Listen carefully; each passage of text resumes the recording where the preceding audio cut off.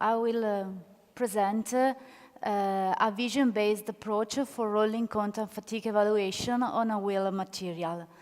The aim of this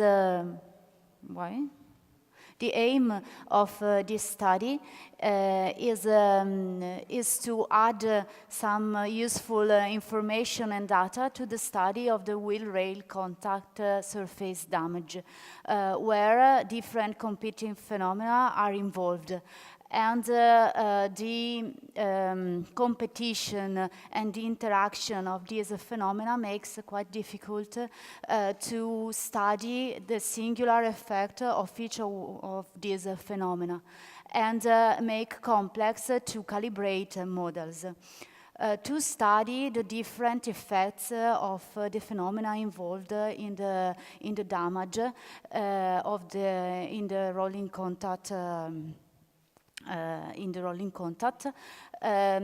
We use a B-disc test bench, which can control parameters such as load, rolling speed, sliding rolling ratio, the type of lubrication, the duration of the test. To improve and to complete the data of this test bench, we developed and mounted on the test bench a measurement system, a vision-based measurement system, which can online monitor and measure the surface, the contact surface. The object of the measure is the contact surface of the specimens. Specimens are 15 millimeters thick discs with a diameter of 60 millimeters, and the other object of the measure is an analog encoder. The encoder is an annulus with a linear profile, so that along the circumference the height of the profile changes, and reading the changes of this length, we can measure the angular position of possible damage. The measurement system is made of a high-speed camera, two defocused laser pointers that diffusely illuminates the contact surface, a 3D laser stripe which projects a line on the contact surface, and another laser stripe, which is the encoder laser stripe, which illuminates just the encoder surface with a line. Here you can see the object of the measure, such as the specimen and the encoder, and a typical acquired image acquired by the high-speed camera with a resolution of 1280 pixels per 240 pixels, with an acquisition frequency of 377 frames per second, an exposure time of 40 microseconds, a fixed focal length of 50 millimeters, obtaining a field of view of 26 per 5 millimeters. This image in particular is acquired during an alternated dry-wet test at 950 kilocycles at a rolling frequency of 500 round per meter, so it's an online image, acquired image, and illumination is through a diffuse laser pointer and the encoder laser blade. Each image undergoes image processing, and to do this image processing, we define some region of interest. The first one is ROI1, which is the portion of image of the area of the specimen illuminated through the diffused light. Then there is ROI2, it's not so visible, but it's the blade, the line of the laser blade, the 3D laser blade.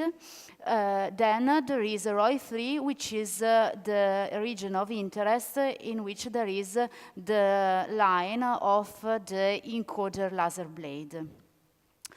ROI1 is useful to 2D monitoring of the surface, and it undergoes a 2D image processing. In particular, the image is thresholded, such as when I choose a level of gray of a pixel. Every pixel which has a level of gray smaller than the chosen one, then it is put to 0. All the pixels with a level of gray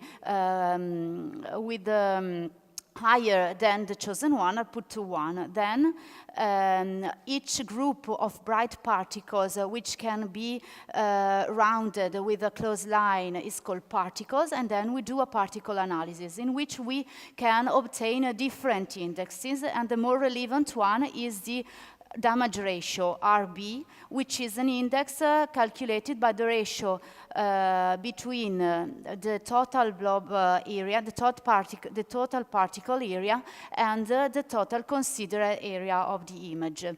We performed different tests to find relations between our indexes and the physical phenomena that are involved, and in particular present the results of test T2, in which we alternated dry and wet phases, 50 kilocycles dry and 50 kilocycles wet. What we can see is that until a certain number of cycles, during the wet phase, the damage ratio decreases. Then, after a certain number of cycles, which is 850 kilocycles, the damage ratio stabilizes, and here we assume that the rolling contact fatigue dominates over the wear phenomenon. Then we repeat another test. In this test, we have all the dry phase in the beginning, so 600 kilocycles dry, and then the wet phase. Here, the behavior of RB is quite different, but we can see that at a certain time, it's increasing, and then it doesn't decrease anymore. This is the number of cycles in which RCF dominates. Moreover, the number of cycles at which the specimen fails is the same as in the previous test, and this is a quite important observation. For what concerns 3D measurements, we can measure the profile of the specimen with an uncertainty of 18 microns. Then, putting together all the measured profile, we can reconstruct a 3D of the surface of the specimen. We also compare the results of our measurement system with a commercial one. And the setup is made up so that the two measurement systems can see the same linear profile of the specimen. And what we obtain is that the two measurements are compatible with each other. Then another useful application of the 3D laser blade is the detection of a superficial RCF crack. In particular, in the T3 test, we observed that after the 600 cycles of the dry phase, we started the wet phase, and during the first cycles of this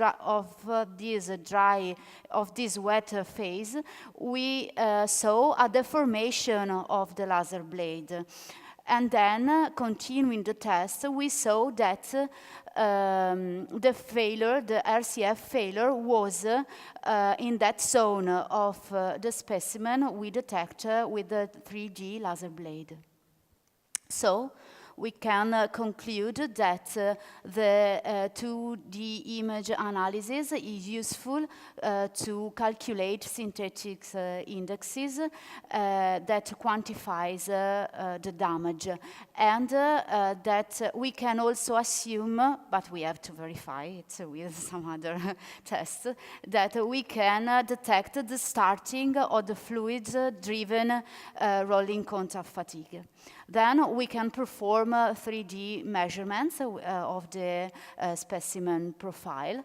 And this measurement system is useful for the online identification of different damage mechanisms, for the damage monitoring, and for the damage localization in time and position.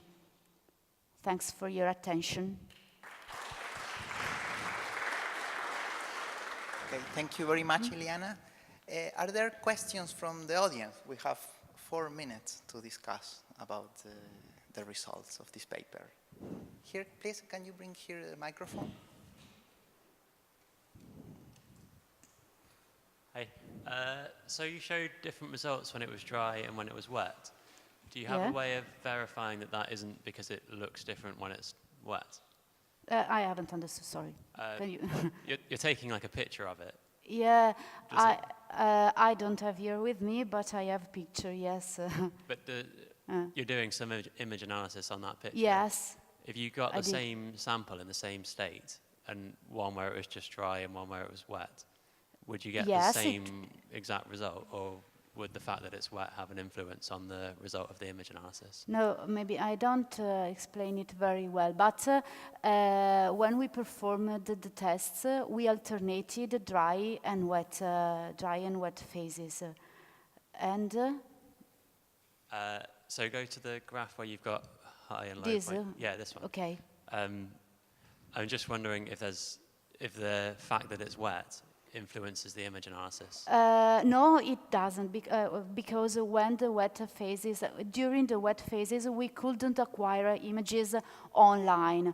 We stopped, not stopped, but just slower the velocity of the rolling, and we acquired without dismounting the specimen. And we also dried them before measuring, so it is not affected from the wet surface. But what we saw is that after a dry phase in which the surface is rougher, then in the following wet phase, these rough crests are sported, and then the surface of the specimen is smoother. And so this alternation lasts until 850 kilocycles. Then, from that moment, the surface is rougher even in wet phases. Thank you. Are there more questions from the audience? I might have one question. So you mentioned that it's possible here to detect quite in an early stage RCF. Yeah. So have you checked how early is that possible to be detected? How early? We, in each of our tests, we found that in this condition of the test, it was between 850 kilocycles and 900 kilocycles. But it is this material in this condition, and with alternating dry and wet. This alternation is not 50 and 50. In this case, it was 600 kilocycles dry, and then we started the wet phase. But the number of cycles in which RCF, early RCF starts is more or less the same. So Right. we have just to verify this data. They are previous data, but it seems so. Perfect. Thank you so much. Are there any last questions for the speaker? No? So let's thank her for the presentation.